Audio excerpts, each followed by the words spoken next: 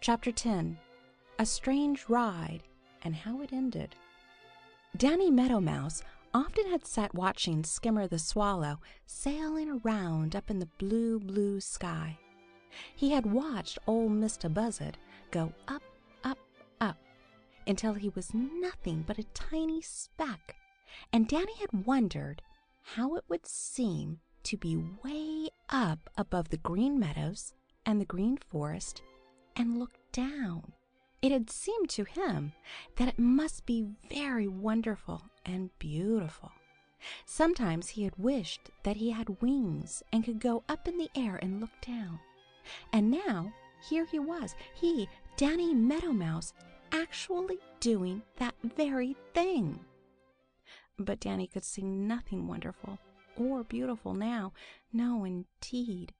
Everything was terrible, for you see, Danny Meadow Mouse wasn't flying himself.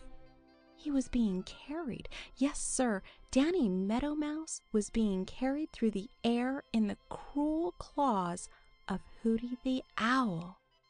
And all because Danny had forgotten to watch up in the sky for danger. Poor Danny Meadow Mouse.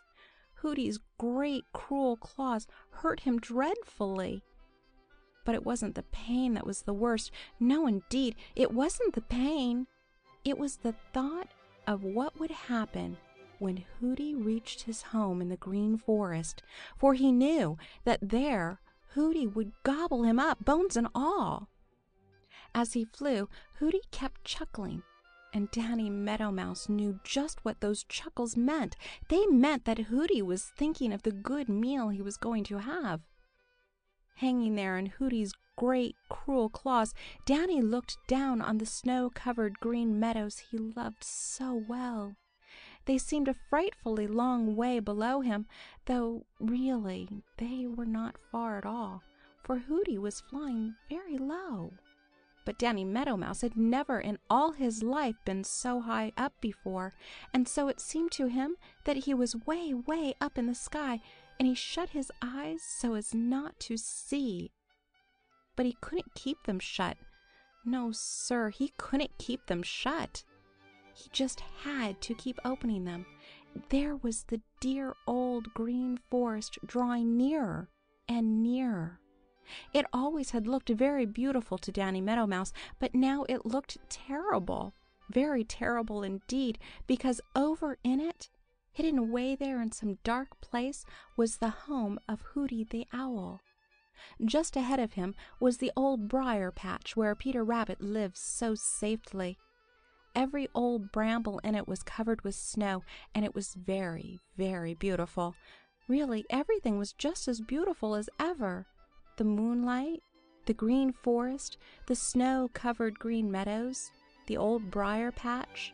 The only change was in Danny Meadow Mouse himself, and it was all because he had forgotten. Suddenly Danny began to wiggle and struggle. "Keep still!" snapped Hooty the Owl. But Danny only struggled harder than ever. It seemed to him that Hooty wasn't holding him as tightly as at first.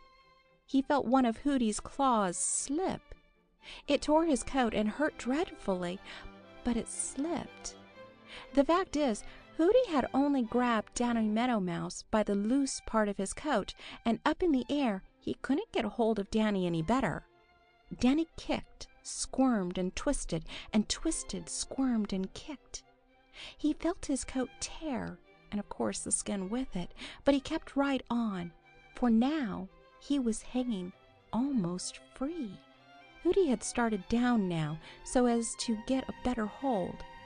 Danny gave one more kick, and then he felt himself falling.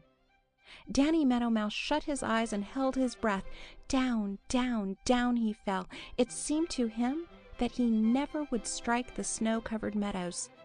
Really, he fell only a very little distance, but it seemed a terrible distance to Danny. He hit something that snatched him, and then plump!